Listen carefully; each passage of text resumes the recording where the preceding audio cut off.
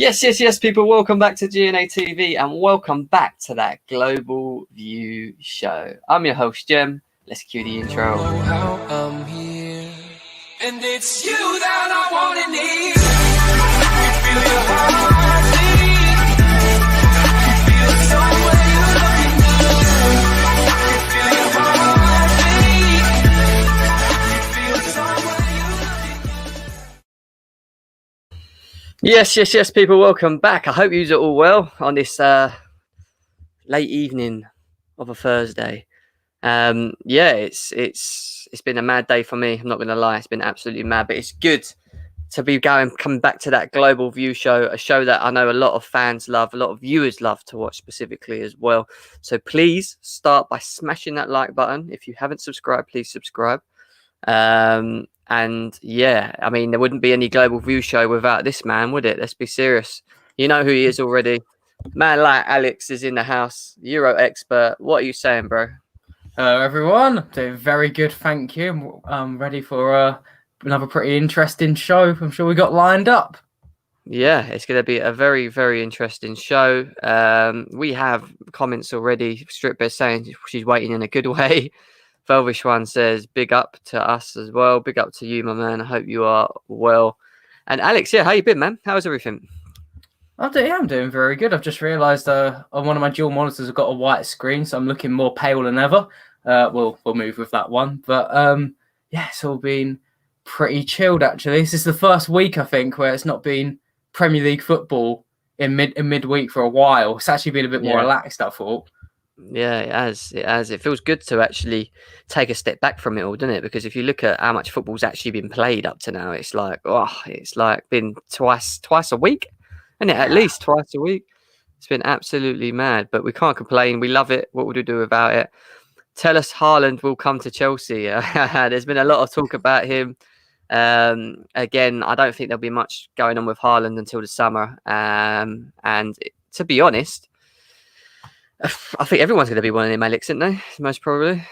Yeah, probably. I've actually got a bit on that, I guess, that I can save for the end of the show. Some interesting things, just about how not necessarily Chelsea will get him, but I think Dortmund are going to sell this summer. It's like the nailed on sell. It won't be January or next year. They have to do it this season. So, but we'll go into that a bit later, I think. Yeah, no worries. Just going through some of these chats. Thomas Tuchel that Isolie's triangle to lose to Barnsley. Big up to you. Gio's in the house. Will, who loves Alex. He's been telling me in messages. He's like, I can't wait for the next show. All happy to see you, Alex. 12 of you here at the moment. Let's try and get to 20 and then 30 people. Come on, that's our standard numbers at the moment. Please share it. Everyone that's watching right now, please share. And can you please smash the like button? The more you smash the like button, the more we can get it out there and build an audience. And I think it deserves it, this show, to be honest, because it's in itself one of a kind, and it's been brought to you on GNA TV. Big up to Jake McAllister as well. Hope you're well, bro. Let's go subscribe and share for these brilliant content creators, says Daniel. Thank you, my man. DJ Savjay's in the house. He says, yes, Jem and Alex, big up to you both, which we always appreciate.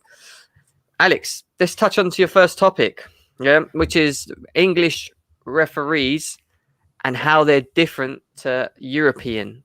Yeah, I've got some spicy information this week. It's actually pretty exclusive as well. Everyone viewing here is going to get some info that I've not even seen from journalists like The Athletic or anything like that.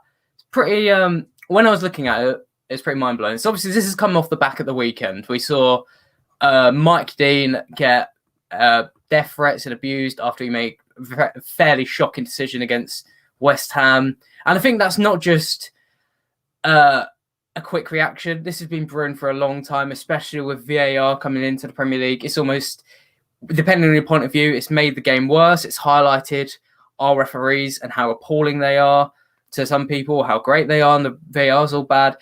Pretty divisive topic, I think it's fair to say. So I wanted to have a look into it and see what's rumbling under the surface. Now, I think the best place to start would be, I was just going to have a look at which referees are the ones that are refereeing all our games, because you see so many names, right? Martin Atkinson, Michael Oliver, Mike Dean, Anthony Taylor.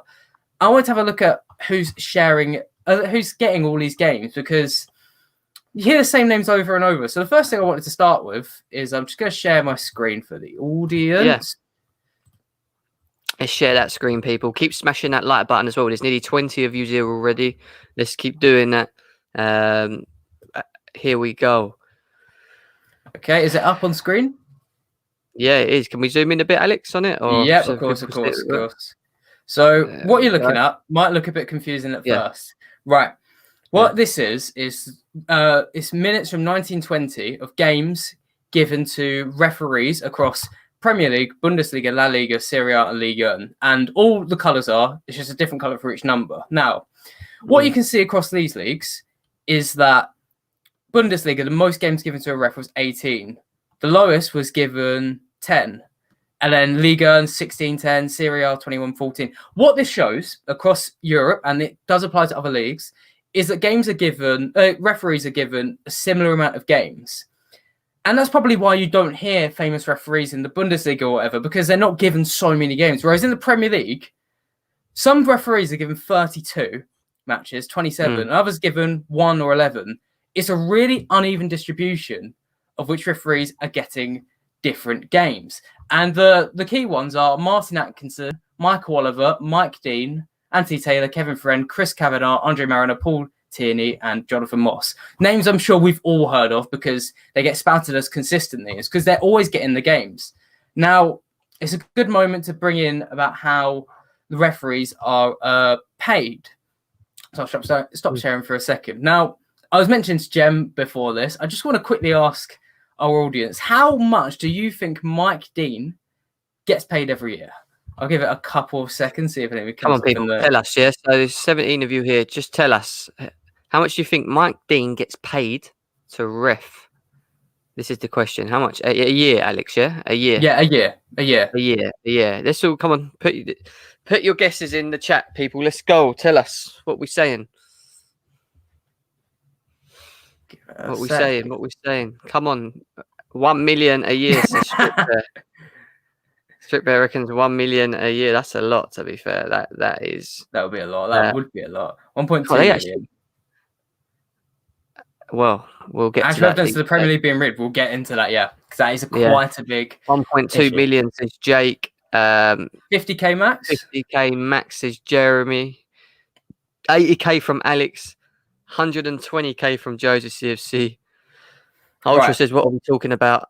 What are we talking about, bro? We'll announce it again because there's more than 20 of you here now. Yes, we want you to guess. Tell us what you think Mike Dean gets paid a year to ref in the Premier League. Give us your thoughts and ideas. Come on, people. We need that higher. Yeah, there's 19 of you here. 20 of you's here. It's only 14. We need to get to 20 likes. Come on, let's smash it. Smash that like button and please share. Please share it on all your socials as well. Velvish one says 2,400 a year. No, that's not even a lot, bro. 5 million a year, says Daniel. God, these numbers. 70k is what Will says. We're getting there slowly. Alex is not far from it. Alex says 120k. Yeah. Some people going very high. I was going Tim Golden saying 130k a year. Go on, Alex. Tell him what we're saying. Right. It is asterisk because it's actually more than this. £200,000 a year. So that's sizable amount of money, which you might think, okay, some million figures have been thrown about. Thing is, it's 200,000 he gets by himself, plus a game-by-game basis. And this isn't, I'm not going to single out Mike Dean here. I'm not going to pretend he is the bad all and evil. Average Premier League salary is 70,000 a year, and they get paid game by game. Now, Jem, to me, I'll see if you would agree, because I'm interested to hear your thoughts. I was speaking to a couple of people earlier about it. If you're a referee and you're getting paid, that's 70,000 a year, 200,000 a year, that's a very cushy salary. Is the pressure going to be on you if you're letting a game to make a mistake? Because if you make a mistake, even if you get no game time, you're getting your salary for this year. You're getting a big amount of money. Yeah.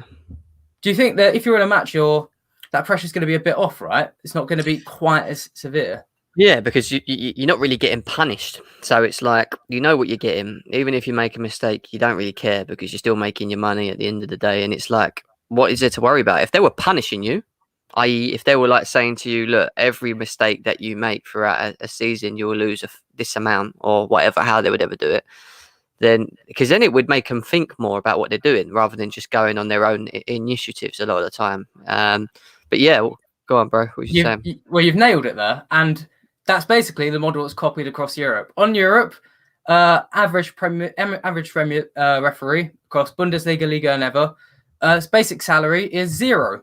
They don't get paid per year. They get paid just game by game basis, which means if they do mess up in their league, if they do mess up a game, if they make a terrible decision, if they start making continuous decisions, their game time gets dropped and their pay gets cut.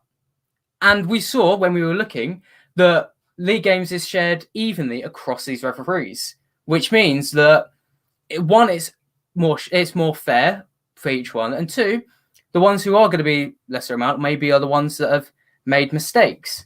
Now, yeah, to me, I thought that was pretty interesting, just the way the payment is completely different here, and it lends a bit more to I'm trying to think of the word, just a bit more relaxed, right? It's like the pressure is off.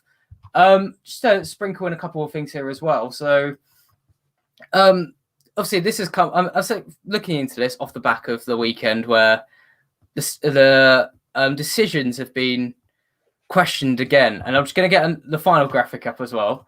So, I was thinking as well, just before I show this, actually, Jem, when you're watching a Premier League game, and also the audience, how many bad decisions do you think are made? Like when you're watching it, how often do you think in that game, I can remember at least 2 bad decisions, remember 3, 4 bad decisions, like to you at least. How many can you remember per game, just off the top of your head, do you reckon? What, mistakes from referees in terms of tackles or decision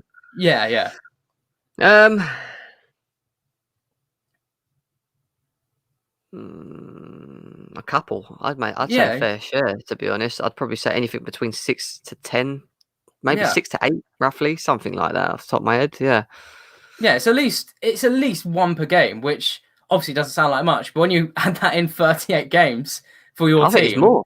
I think they make. Exactly. If we're talking about, are you talking about mistakes that are made that cause a goal, or is it just general mistakes? Any mistakes? The game? Any mistakes? Yeah. I thought they would make more than just one. I've seen games where, where I'm like, why is he giving him a foul for that? Do you know what I mean? It's just like you question it. So, but for clarity, the one was just saying as if there was one, then that'd be bad enough. But it's definitely. I feel like the audience. We've got Jeremy in the chat saying 6 on average. 6, I think these numbers, they're completely fair, and obviously they're subjective. So what I'm going to show up actually is, let me get it up. Screen 1, boom, boom, boom, boom. People, while he's doing that, please smash the like button. There's 21 of you here right now. Come on, we need to get to 20. Come on, keep smashing that button. Smash the like button while I explain this. So this is a lot simpler. This is yellow cards per game from Premier League referees. Now, Mike Dean, boom, he gives on average 4 per game. And I should say this is based off the last 4 seasons. So it's not as if 1 or 2 games have swung this. This is pretty much on average what referees will do. Now, we could delve into why is Mike Dean giving 4? Why is Kevin Friend giving 2? Generally, when I looked at this, my big thing was, why is it so different? Depending on which referee you have, your Premier League game could be completely different to another ones. Like, let's say, I don't know, Ben Chilwell makes a tackle tonight. Can we zoom in a bit, Alex? Yeah, sure. Yeah, so I'll try and drag it across, of course. But yeah, it's all right.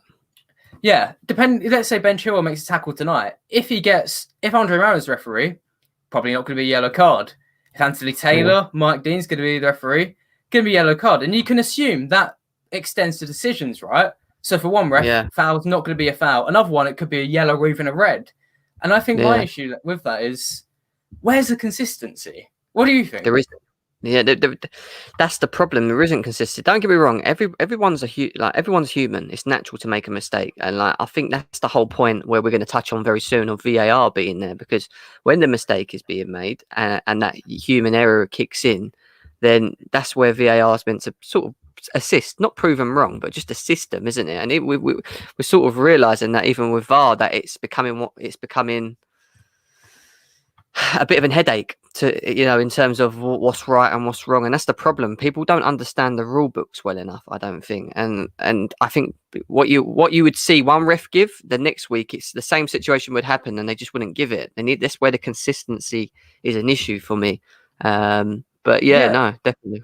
I completely agree. I think the audience will agree too. It's just like, it's not just consistency, it just builds frustration. Like you're saying, one week it'll be a yellow card, next week it won't be a foul. If you add that up over game by game, it's just going to get to the point where it's like, how can VAR assist sometimes? Because each referee now is just going to have a different thing. And you're right to say each one's human. And then again, I just need to add in a bit here as well to the fact that this isn't just me with my spreadsheets or looking at the stats. This is an issue the Premier League currently looking at in terms of their referees are not considered to be up to scratch. In fact, David Ornstein from The Athletic, he has some inside sources at the FA and their Department of Referees. I think it's called PGMOL.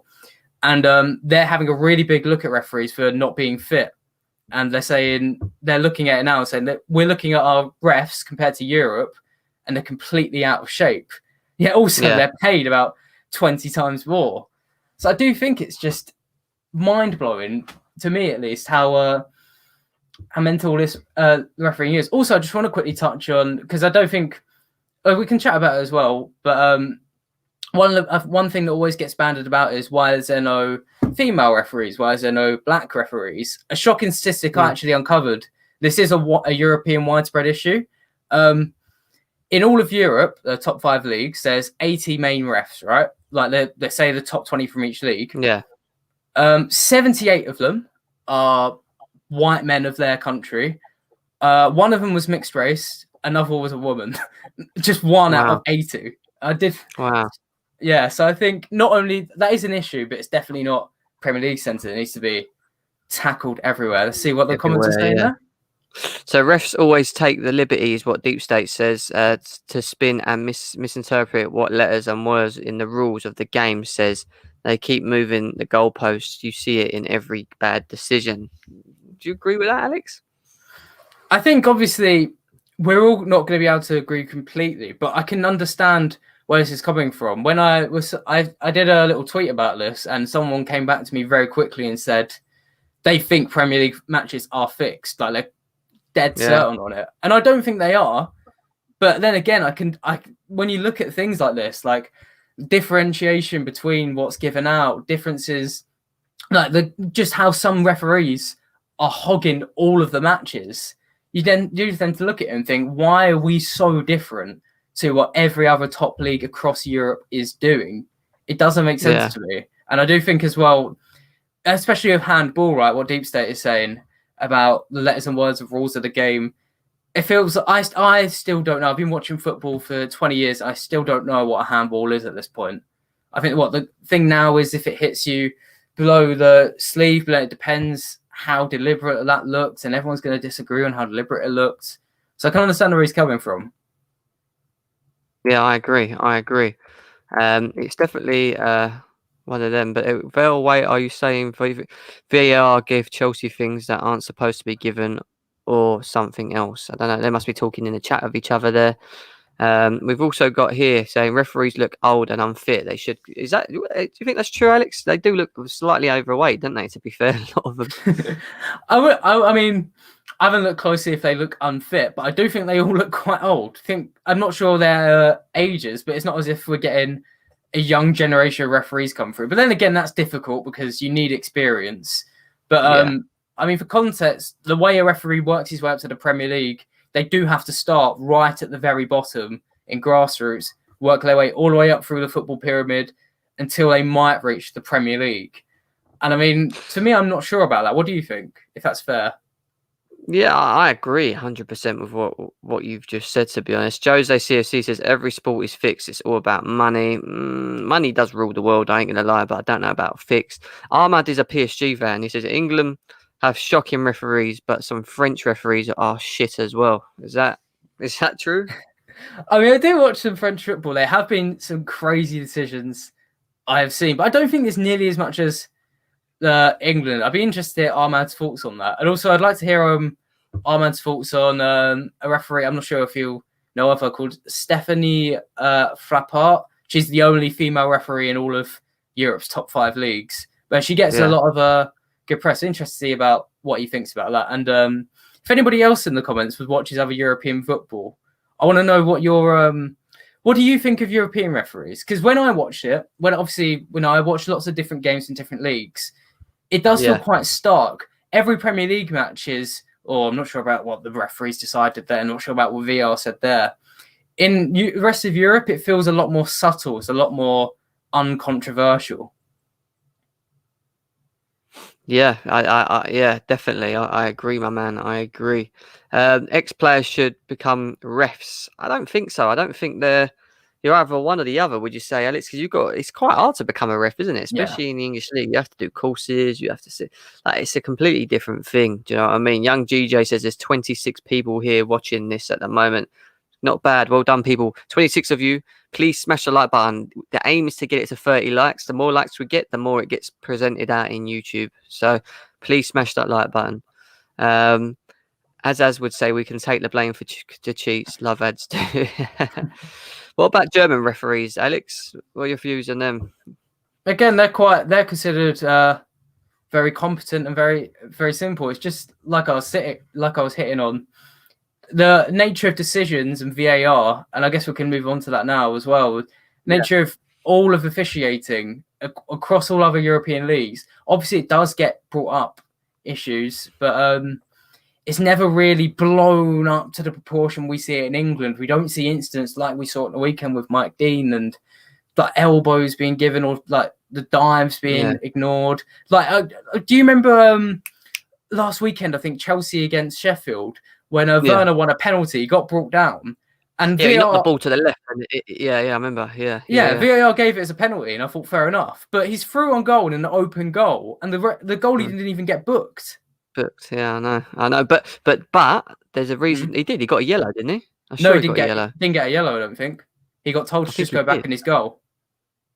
I can't remember. I thought he got a yellow.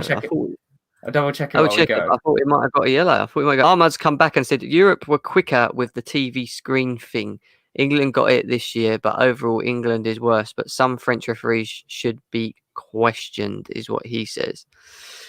You could probably say it's the same for most, couldn't you? Really, most people, most referees in certain areas of Europe for whatever different competitions have the same crap. I don't think you have one league where it's every ref's amazing. You always have that bunch where that are not as consistent. They probably make the rash mistakes. The one that's always eager to pull out a red card on someone all the time, which it would have been interesting a stat if we would have brought that out actually, because there's always been an argument that with certain English referees, some like pulling out the red card quicker than others. I have that. Well. I have that straight on lock. So most referees in England, they're around the same number over the last 3 seasons.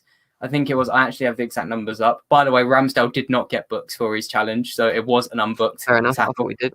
Yeah. It's been quiet. But, so since 2018, I have it here.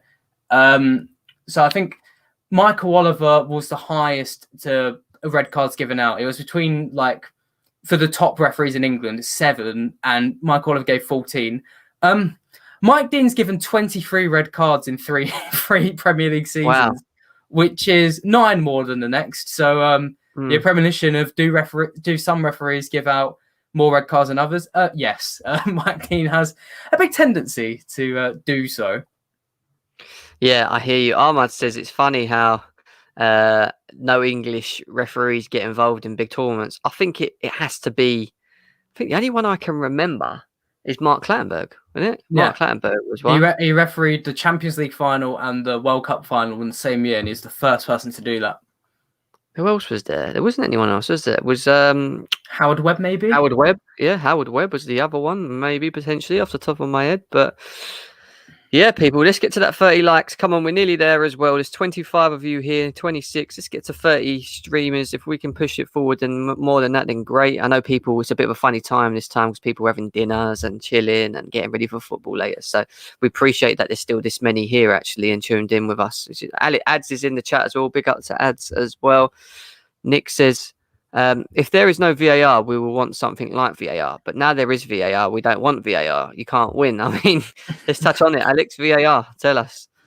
Well, I saw another message in chat saying, do you have any VAR stats for teams in the Premier League? I don't off the top of my head, but I think we've all seen things like Man United having X VAR decisions go their way. And I think it is, I don't think there's a bias in that personally, but make that what you will. But yeah, I think Nick's hit the nail on the head there, actually. If there was no VAR, we would want something like VAR. But now we have it, we don't want it. But what do you think, Jen? Because we briefly mentioned it before we got on. What's your opinion on it? Because it's such a diverse topic. Yeah, I think it's important. I mean, look, it helps the game in areas that has been needed and called for. I always think back to the ghost goal against Liverpool where Luis Garcia had the shot and it didn't go over the line and whatever, and we didn't have the technology at the time like the refs have got the watch now to say if it goes over the line and stuff, or they can do camera checks and stuff now as well. So for me, I think VAR is good. I just think with VAR, which people need to understand, when it hasn't been out for long, so the humans that are using the technology, it's going to take them time to adapt and be able to fully understand it and use it to its best uses. When people say, "Oh, it's inconsistent," "Oh, it's this," "Oh, it's that," yeah, but it's not the technology that's inconsistent. It's the people using the technology that's inconsistent. Yeah, and that's because they're new to it. So people need to understand that these things are going to happen to start with. Do we think they need to improve moving forward with it? Of course they do. It's great technology. Let's be serious. It cleans up a lot of crap. The only thing I don't like about it is how long it takes to make decisions sometimes. Like they'll review it, then they'll review it again, then review it again, and it's like very clear. Do you know what I mean? And then they'll go to the ref and say, "Go and have a look at the screen."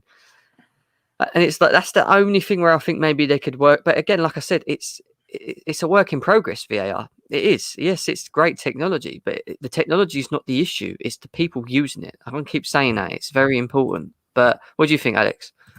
Yeah, I actually completely agree with you there. I do think I do think there's just the VAR is that it is the people behind it, and like looking into what we've just shown and seen is that the people behind VAR is the issue. There isn't an issue with replaying a decision because that's neutral, that's factual. You're just looking at the same clip again. The issue is the people behind it who look at it and go, "Oh, all of a sudden it's a red card or X, it's not offside or whatever it is." That's where it needs to be cleaned up. But I'm looking at Velvishwan's just sent me in a message on Twitter. There's 24 of you here right now. Please smash the like button, man. We ain't even at 30 yet. Come on, people. Smash the like button, please. It says VAR overturns next score, and then it says Chelsea +3, Everton +3, Brighton +2. Don't know what that means specifically. VAR overturns. Does that mean goes in our favour, basically? Goals. I think it's goals that have been overturned for that club. For that club. So Chelsea got 3, Everton have got 3. So Chelsea and Everton are the highest with 3 overturned. Then it's Brighton with 2, Burnley with 2, and then everyone else is 1, other than Aston Villa, Palace, Fulham, and Leicester, who have had none overturned. And then you've got ones that have gone against them, and it's minus. So it's like Wolves are -1, Tottenham are -2, Arsenal -3, Liverpool are -5, apparently. And then it says VAR overturns decisions for, so given, I'm assuming. And it says Brighton have got the most with 8. They've had the most. Man United are second, what a surprise, with 7. Chelsea with 5, Palace with 5, Fulham with 5, Everton with 4, Leicester 4, Liverpool 4, and then it works its way down. And Arsenal have only got 1. And this is VAR overturns decisions against the team. Is Liverpool got 9? Apparently, Liverpool have had more against them than most. It's quite a good little. It's a shame I can't get it up on here and on the screen, to be honest. But I think there might be insight behind that. It's just in terms of. I mean, I don't know what you think, but my natural instinct is that teams that will have fast forwards will get more VAR decisions either go against or for them because they're more likely to be trying to break offside, and then that might get drawn back against them. So I guess Salah and Mane might get caught offside more. But it'd be interesting to see. I think the big issue is, we can talk about this. Yeah, we don't know a lot of the time the reasons behind these decisions, because they get covered up. Like, if only there was a document online or just some database online showing the referee's notes, or it's made a bit more public. Because I think it's shown a bit too shadowed. Right? Yeah, go on. So you got. Can you see that? Yeah, can you all see that or not? Is that clear for everyone? So VAR's overturned, next score, and then obviously it shows Chelsea +3, Everton +3, Burnley +2, and then it's all the way down, and then you look and it gets to like minuses, Arsenal -3, Liverpool. So VAR overturns next score. What does that? I'm trying to still understand what that means. What do you think it means, Alex? In terms of, I think it'll be it'll be overturns decisions for the club minus decisions against the club. Yeah. Okay, cool. And then we've got VAR overturns decisions for here Brighton. So Brighton have had 8, Man United has 7. So decisions for when VARs have been overturned, basically, I'm assuming. So Man United have had 7, Chelsea had 5, Crystal Palace 5, Fulham 5, and it works its way down. West Brom and Arsenal have actually had the least, as you can see there as well. And then you've got what else have we got here? He sent me VAR's overturn against decisions against, and Liverpool got the most. So it's again. So Liverpool got 9, and it works its way down. Man United, Tottenham 6, Chelsea 2, Everton 1, and Burnley 0. So it's quite interesting because it kind of balances out to what fans actually like to talk about mostly. I mean, that's that anyway. So we've done that. So yeah, this that, but it goes back to what. When people always go, oh, Man United get the most decisions, or Liverpool get the most against them, or it kind of is quite accurate in terms of what it is and what they're saying, if that makes sense. But Ad says we can't take the blame for cheats. If they want to make a decision, that's how it goes. But we can protest whilst watching the game. Still vexes us as fans. It does indeed. Ahmad says the technology is great. Look at the goal line technology. It is. The goal line technology is definitely one that stands out the most for me. Let's move on. What else? We've got so many comments that I'm behind with. Yeah, please smash the like button. The Strip Bear says there, people. There's 26 of you here still with us, which is great. What else have we got here? God, there's so many. I'm well behind, aren't I? But yeah, no, I mean, what are your thoughts? I mean, 27 of here now. So, but what's your thoughts, Alex, on how VAR can improve? Like, is there much more they can do? Is there more technology you think they could add to it, or do you think it is what it is? It just needs a bit of practice from our side using it. I think besides what we've spoken about, how the referees need to improve behind it, I do think as well. You're right to say. I think the time it takes. I do think a lot of it actually. I think maybe I'm in a minority, but I don't know if you've been to a game yet where it's had a VAR decision go for or against. I remember when Chelsea played Valencia in a Champions League in Frank Lampard's first season, and when Ross Barkley got given a penalty, which he ultimately put in Rose Ed. I remember being in the stands, and I remember the moment you hear the referee, like the VAR thing, come up, and the ref go over to the television screen. I found that really exciting, actually. I thought that's building such good tension.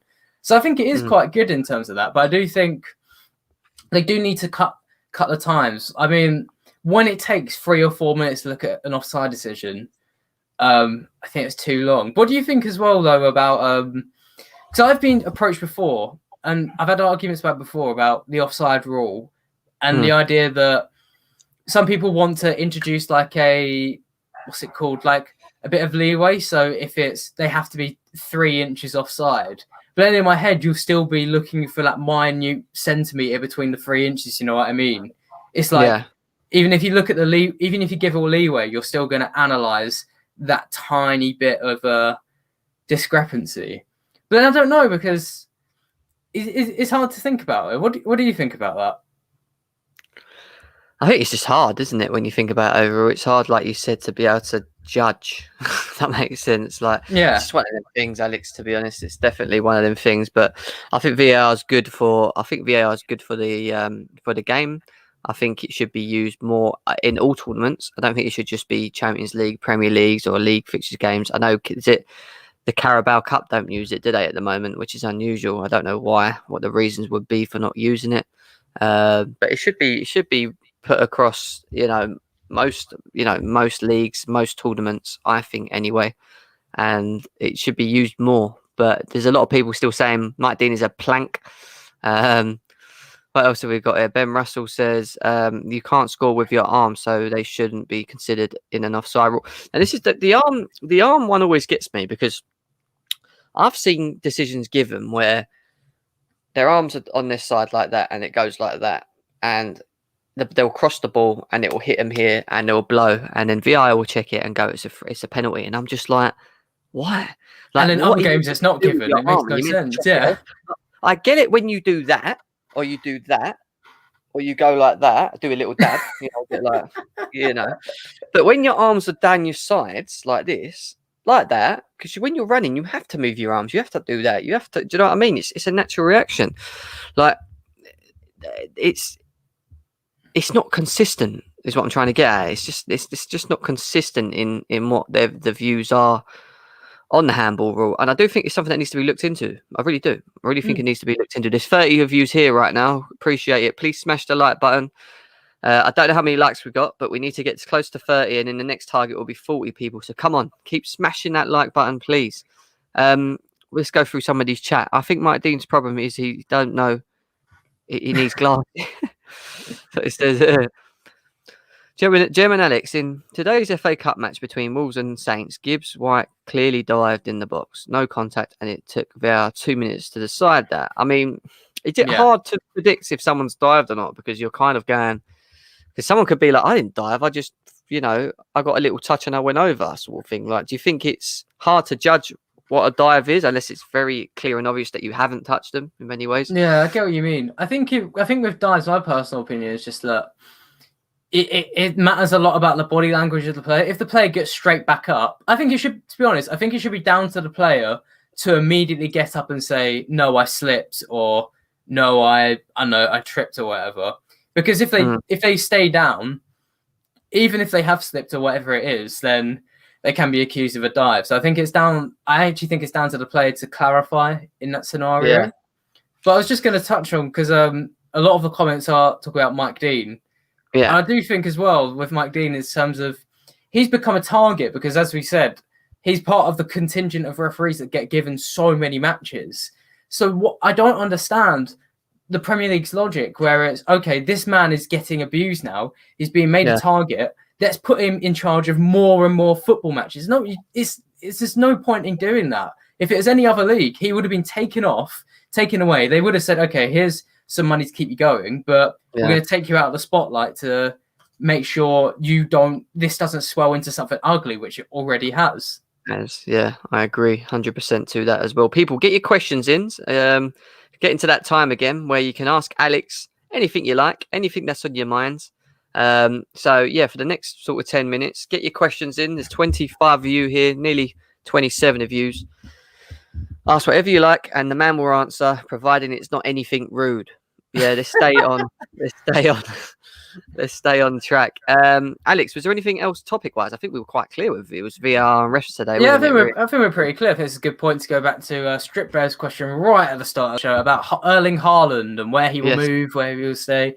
So I said, look, he is, in my mind, definitely 100% leaving Dortmund. And the reason is a lot of attention has been paid to Barcelona, Real Madrid about financial issues. Dortmund have a 75 million black hole in their finances that they need to sort out this summer.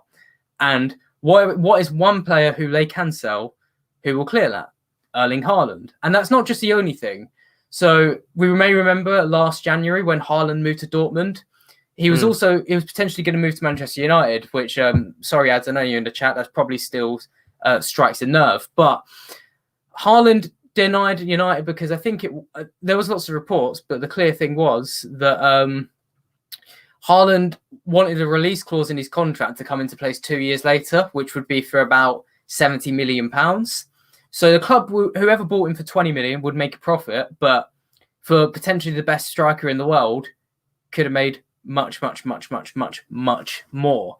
Now, Yeah. Dortmund have that issue. Next season, a release clause becomes active, which means any club can get Haaland for a snippet. I believe it is 70 million. This is their last chance to drive up the price. And with all the clubs circling and with that hole in their finances, I think they're going, and I believe people like David Ornstein, Romano have spoken about how this is going to be the summer where Dortmund have to ignite a bidding war pretty much.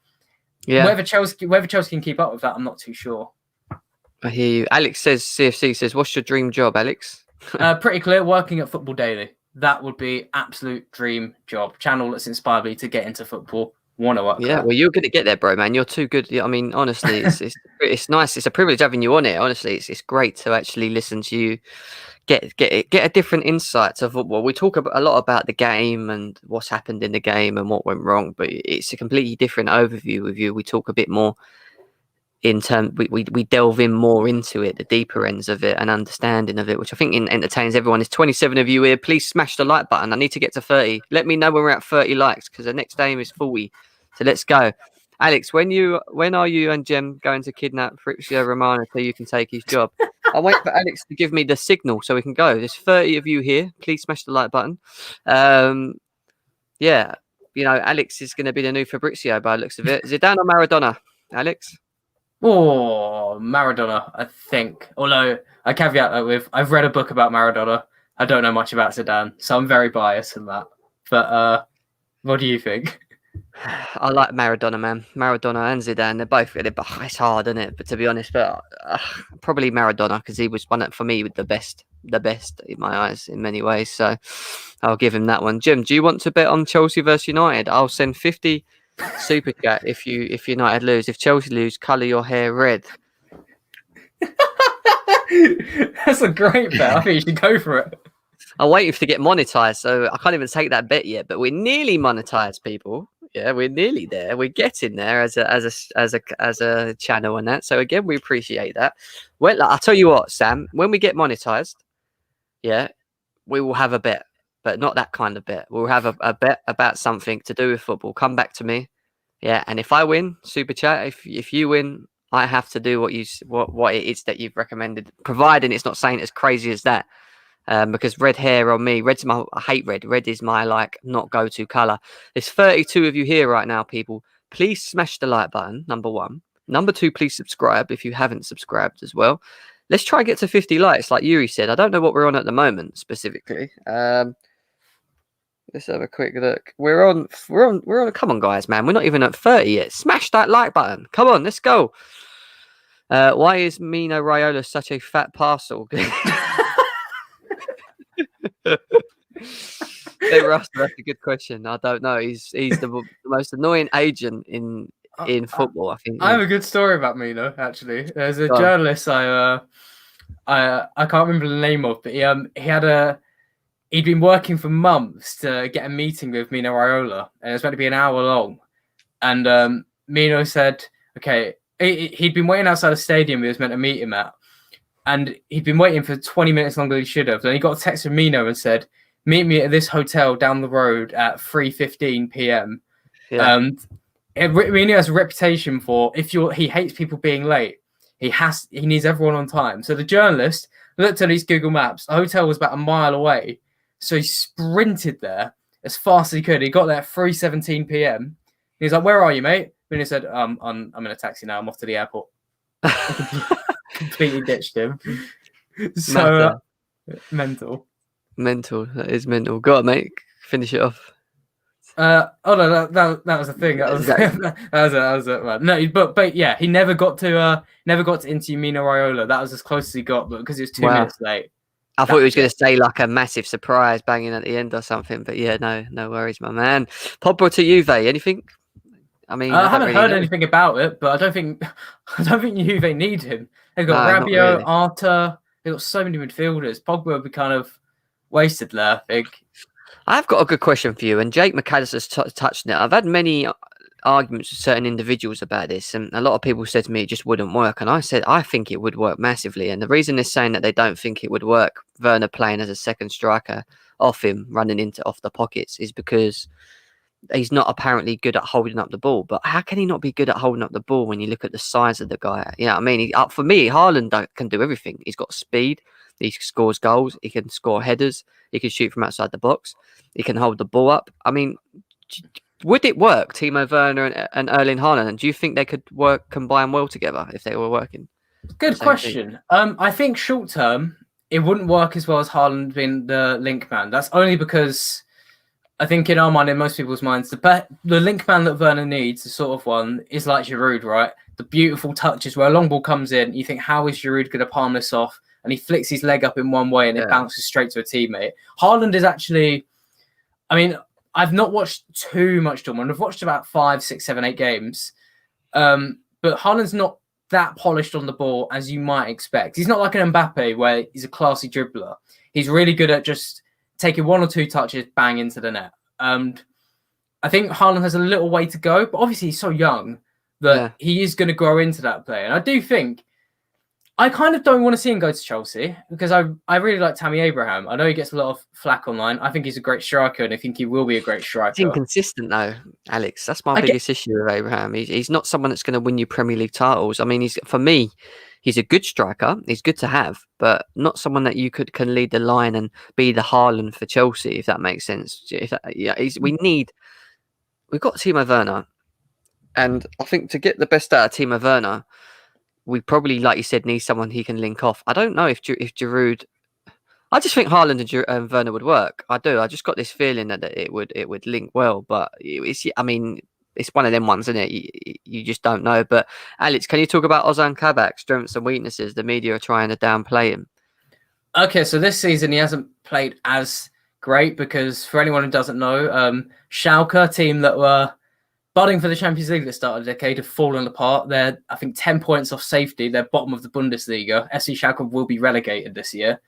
Kabak was a centre-back there. He's had a good season last year. I haven't got stats off the top of my head, but he was, for a young centre-back, he was very mature on the ball, good at passing out, and he was very strong. That was one of the big things, I believe. He was a really strong defender for his age.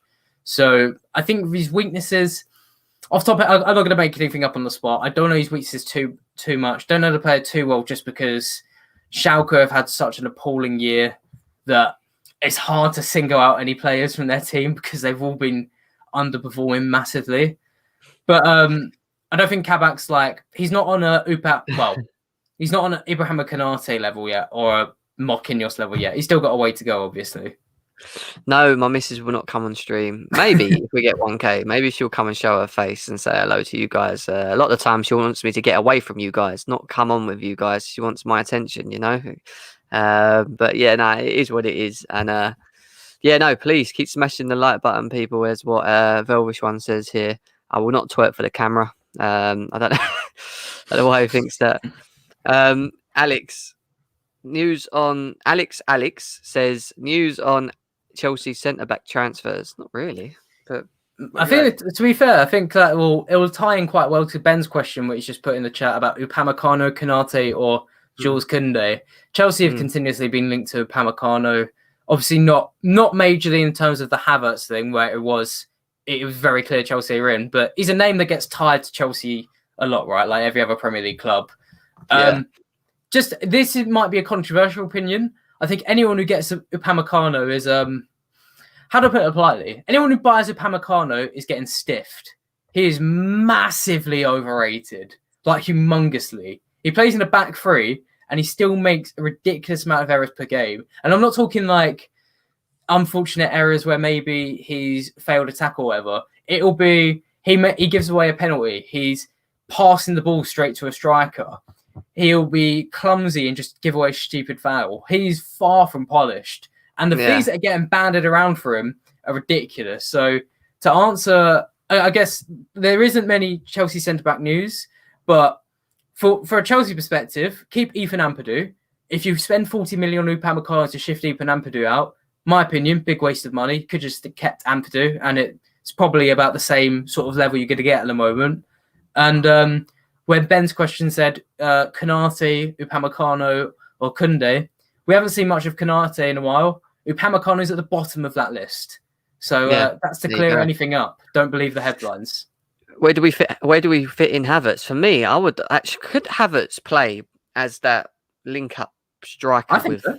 Werner. I would like to see him up there. I think he could hold the ball up. He's technically very balanced. He's good on the ball. His control is beautiful, absolutely beautiful. I think Havertz would look good with Werner up front. That's what I would do personally, and let Mason Mount or whoever sit in the 10 role more so. I know people say no, he's a 10, he needs to play there. Well, he ain't actually. I think Havertz is more of a supporting striker, wouldn't you say, Alex? More than anything. I actually completely agree. It's something we were touching on with our original Thomas Tuchel stream, which went down really well actually.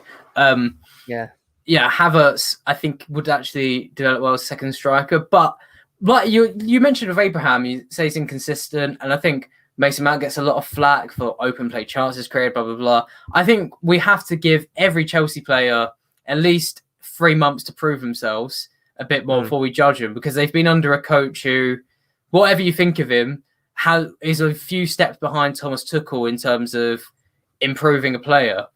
And I think we'll see far more. Basically, if Tammy Abraham is going to be a consistent goal-scoring striker, it's going to be Thomas Tuchel who carves him into that.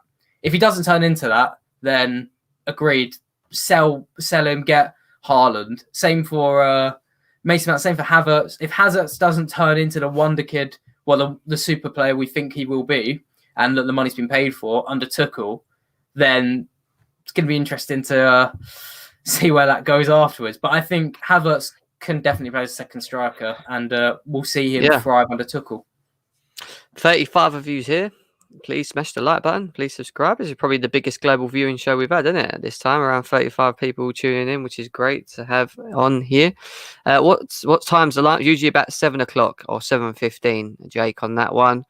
I don't think Futsal don't think Haaland Werner would really work, but again, it thingies. What's he saying there, Sam? If Jem twerks, I'm unsubscribing. That is true, bruv. You don't want to see me twerk. Trust me. That's the last thing you want to see right now. What else we got here? Let's have a look. Chelsea should target the new wonder kid from Tanzania, Tim Anderson Jokalanta. I don't have a clue who that is, Yuri. I'm cautious that's a made-up name, Joe Caranta. He's. I think he's trying to have us on here, isn't he? He's better than Christensen, is what Hassan says. I'm assuming he's talking about Upamecano. What are your thoughts on Christensen as an individual? Do you think Chelsea should just offload him and just? No, I think he's really underrated. I think he's okay. Well, the issue with Christensen is that in my head there is the cycle of Andreas Christensen. He isn't playing. He gets into the team. He starts really well. He looks stronger, and then he gets to about here, and he gets out-headed by someone who's 5'6", and then he gets put out the side because he can't. He lacks the physicality. Do you think he needs to? Go this ain't Will CFC. This ain't Will CFC. Will's the one that loves. No wonder he loves Alex. Him and Alex actually have the same thoughts. People were actually thinking that you're Will, one of our mates on Twitter that we got in the group. It's showing his face. No, Alex, man. It is Alex Prime. Stop it. Jem, is Mason Mount your favourite player? No, he's not. I may stick up for him a lot, but I only stick up for him for them idiot Chelsea fans that keep moaning at every little touch he makes. For me, Mason Mount's played well under Tuchel, isn't he? Alex, what do you think so far? He's played good. He's taken up good positions. I think he needs to polish his final third work, but in terms of work rate and taking up good positions on the pitch, he's very good. What's the comment here? I disagree with Alex. Upamecano is very responsible in the team, playing 3 at the back, but for me, he has done okay. Maybe he will get even better at 4 at the back, is what Futsala says. Fair enough, Futsal. I mean, I've watched a few games of Upamecano. I've watched more than Dortmund, but anyone can get anything different from a Premier League for a football match. So, I mean, you may be more right than me. I mean, I haven't got the stats on me either to back it up right now. That's just my personal opinion. Whenever I've watched him, he's not been I think, to make it a bit more clear, I think Upamecano is a good centre-back who has the potential to be a world-class one. It's just he's not a 60 million pound player right now. I think I don't think he's anything superbly special. Like, he gets talked about basically as the Mbappe of defenders, and I don't think he's anywhere near that yet. Alex, any transfer news on Memphis Depay? Probably will leave. His contract's up in the summer, and he's yet to sign. And whoever gets him has got a genuine well beater on their hands. Really good player at Lyon this season. Yeah. Will says, oh, there's Will. Talking about Will. Upamecano is not that good. Overrated. Maybe we is are the what he same. says. Marbles Hall TV says, Gem and Alex, what's a good reminder of season for Tuchel? Remainder of a season for Tuchel? FA Cup or top four? Both would be good. Would be great. I think we need to get Champions League. I keep saying it. I always thought we'd still be able to do it. We're only 1 point off the defending title champions, who are an absolute disgrace, to be honest, in my eyes.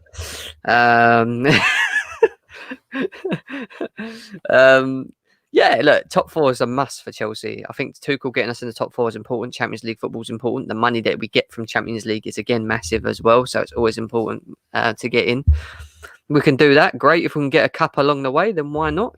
So for me, it's definitely Champions League. What about you, Alex? I think Tuchel can get top four. Maybe an FA Cup as well. But obviously both would be ideal. I mean, just before, because I know we'll be finishing up soon. Yeah.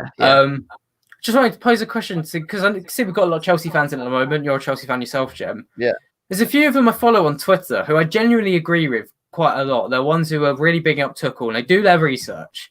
But there's a big amount of Conte slander going around at the moment. Now, for me, N'Golo Conte is one of the best players of the last generation. Yeah, I think he's world class. Is anyone here in the chat, or you think? Well, the argument that the Chelsea fans have got with him at the moment, and I think it's pathetic. I always said he's world class. Is that apparently he's not good on the press? I don't know about that. What do they mean though? Like under pressure, or like actually pressing other teams? On the press, actually on the press. I'm assuming. I don't know if they mean press as in going out and chasing the ball around, or on the press, i.e., people coming at it. But I don't know. I mean, for me. I'd sort of get that in terms of, I think every Chelsea player this season has had a bad press, and that's also because Frank Lampard didn't really coach a good one, and it's one, and that's not even like unfair to say. It was something that was continuously pointed out by journalists and tactical writers that Lampard's press was quite all over the place, and I think simply being in that made him look a bit worse than he is. But yeah, I love Conte. I'm interested to see anyone. We'll see what they say. They're going mad about it. We'll come to it very quickly. But Jim, do you want Hakimi or other simians like Gary Diaz or Max Aarons? Don't want any of them. We don't need any of these guys. Why would we need that when we've got Reece James playing? Now, I know Aspie's at his time as well, but Reece James is there. Do you know what I mean? Why would we need anyone else? I mean, we could. At the moment, it looks like Tuchel likes a wing back. So Cho's been playing as a wing back anyway, up and down there, which has been working so far as well. So, Alex, what team do you support? There's only one team. Yeah, neutral. Tell them, Alex. Be honest with them. Who do you support? I used to when I was a lot younger. Grew up as a Chelsea fan. Then I hit about 15, 16 years old and realised I'm interested in them. I don't really have the love you guys have for the club. Don't have the love Jem has for them. Don't have the love Ads has for United. I'm just interested in them. Same with Leeds. Same with Lille. Same with Lyon. Same with many other football teams. Just know them quite well. You see why I disagree with this Velvish one is that since the World Cup in 2018, he's done everything. He's won Premier Leagues, World Cups, FA, whatever. He's done it all. He's done it with Leicester as well, wins the Premier League with them. He got injured. A lot of this time people say here he's declined. It's because you haven't seen him play. He's actually been injured quite a lot. So it's like people, because you're so used to seeing Kante on the pitch, I think personally, he's always been a player to play in every game. But since he's picked up that injury, he's always seems to be in and out, especially hamstrings. Hamstring seems to be getting him quite a lot at the moment. For me, I think that's what it is. I think people just ain't seen enough of him. So it's like, oh, he's not the same anymore. But it's because he's blimmin' injured most of the time at the moment, like he is now. So it was anyway. Alex, if Chelsea go for a fourth winger in the summer, what are your thoughts on Gelson Fernandes from Sporting Lisbon, the new Portuguese wonder kid? He won me the Champions League with them on Football Manager. Besides that, There has been a lot of hype around him, and not just hype as in like, oh, he's the next best player. Like Sporting themselves have proclaimed like we need to keep hold of this guy, similar ways to Ronaldo. But people should have a look at the other player of Sporting at the moment. I forgot his name off my head, but their Bruno Fernandes replacement is doing almost better than Bruno Fernandes was at Sporting. So I forgot the name of the top of my head. I'm sure someone in the chat has it, but yeah, I think he'd be great. Kante's passing is terrible. He loses the ball. That's the one I hear the most, actually. Really? I don't think he's that bad. Sometimes he does misplace a pass, but it's not like continuous to me. I think his passing range is good. Chelsea get Guerrero from Dortmund. Again, we'd have to just sell Chilwell then, innit? That we bought was a waste of money. What's that? Jim did not read the first. Kante better off the ball. Without the ball is what people were saying. He's better without the ball. Who's your favourite Chelsea player? Says Morgan to you, Alex. Yeah, that's my girlfriend. Hello, Morgan. Was it? Hello. Morgan, you better subscribe, otherwise we won't be happy. Yeah, please make sure you subscribe, Morgan. You can't be here and not and leave without subscribing to GNA TV. Come on, show the support. Who is your favourite Chelsea player? Favourite player in general, the man of I've read his autobiography, Didier Drogba. What a hero. Yeah, I hear you on that one, bro. I hear you on that. Kante is class. By far our best DM at Chelsea. Don't get some fans, honestly, nor do I. I think it's a lot of the, no offence, but the younger fans, the ones that are like maybe 20 or below, that are probably saying this, that haven't seen enough in my eyes, because he is top class, man. Absolutely top class. Other than that, please smash the like button, people. Morgan has subscribed as well. Thank you, Morgan. Appreciate that massively. Yeah, that's it, guys. Thank you. I mean, Alex, what a great show again. It seems like the shows are going bigger and bigger and better and better. 35 live viewers of us today, which is great for the show. I'm sure there'll be a lot of people reviewing this. Our sub levels and our view levels are crazy. Our view levels match it, or they're higher sometimes. So we can't complain, really. We're growing massively as a firm. We've got brand new shows to be bringing out. We've got the Chelsea Ladies show tomorrow. We've still got the guest show to be done as well. And then we've got obviously the player rating show for the game after tonight against Barnsley, which will probably be tomorrow, guys, around early afternoon. We'll see. But Alex, again, thank you for coming on, mate. I appreciate your support. It's still 27 people here. Do you want to let people know where you are? Yeah, you can find me on Twitter at EuroExpert_. Still need to get the account off the guy who stole the username at EuroExpert. We'll get there eventually. Yeah, follow me on Twitter, guys, and you'll find everything else. And catch me on GNA TV next week, because hopefully there'll be 12 Champions League shows. He will be. We're going to be doing Champions League shows next week, people. We're going to be Europa League shows, which Ads will be hosting as well. We've got so much going on. We're bringing you the content, the shows, to keep you guys occupied over a crap period of obviously of where we are with COVID and that. And we're going to continue doing that. All we ask in return is just to please share and get people to subscribe. Your mum, your dad, the neighbour, your uncles, everyone. get them subscribing. And yeah, we appreciate your support as always. You can find me, Ads, Lambs, and Sophia in the description below. We've also got an Instagram page as well now, at GNA TV Official. So make sure you all go and check that out and follow it, because we're going to be doing a giveaway when we hit the 1K subscription. Which I will probably be releasing on over there for you to apply to get in a competition. There might be 2 competitions at the once that we're planning to do. So, yeah, guys, appreciate it again. And Alex, thank you, brother. Thank you for coming on. Appreciate your support as always. Guys, we are GNA TV. We'll see you again very, very soon. And come on, Chelsea! It's like it's playtime and it's break time.